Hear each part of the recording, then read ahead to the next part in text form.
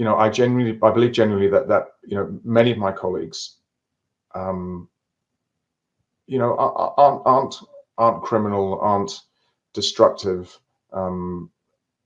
They have been tricked. They have been fed false information, and encouraged not to look for themselves, not to think for themselves. Medicine's like any other profession. You go along to get along, and you don't really question your elders, and there's a sort of consensus. And the power in medicine, of course, also is in the knowledge that we all have that we're all supposed to agree on. So, anybody that asks questions is always, looking for trouble, I guess. But we're always going to need doctors, and we've got loads. And I think that we need better leadership, and we need a different model for, regulating us and overseeing us. And I think there needs to be much more participation on the ground. And I think this is true also of our whole structure of governance and our whole political system. We need to regain the power and influence at the level of the ground into how our lives are structured and how we behave and how as doctors we work.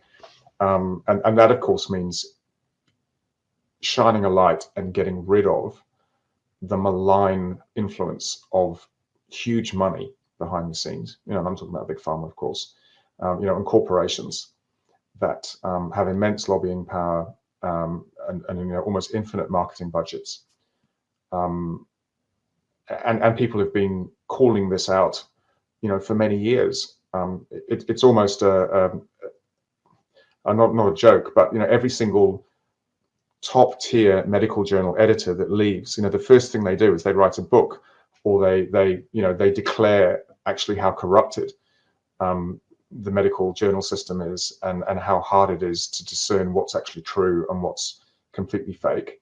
And there are influences at every level of medicine, from your first day at medical school, all the way through to the day you retire.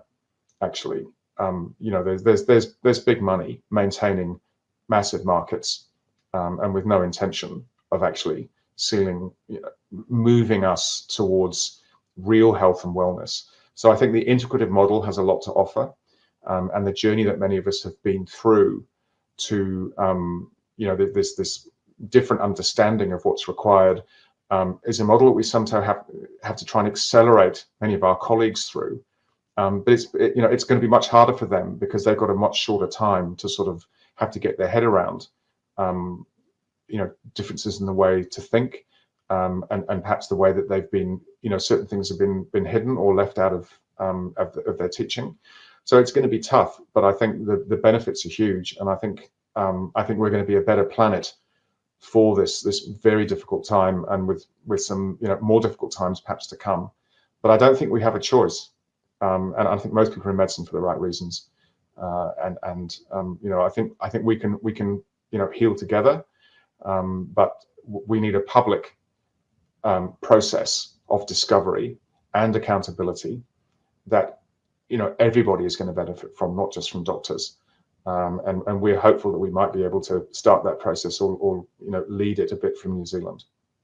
Wonderful, wonderful. Thank you very much, Matt. And just to emphasize to people, here we have someone who had a belief, who had a stance. He was willing to sacrifice everything for what he believed is right. I think that's the foundation of medicine. I think that is the kind of leadership that we need in medicine. And I would hope, Matt, that in a new world, in a new place where medicine is trying to heal and to fix the wrongs, that we bring those people who have demonstrated the true integrity of doing everything that they can on behalf of their patients. I think that you're a tremendous example of that. I think Barry Young is another one.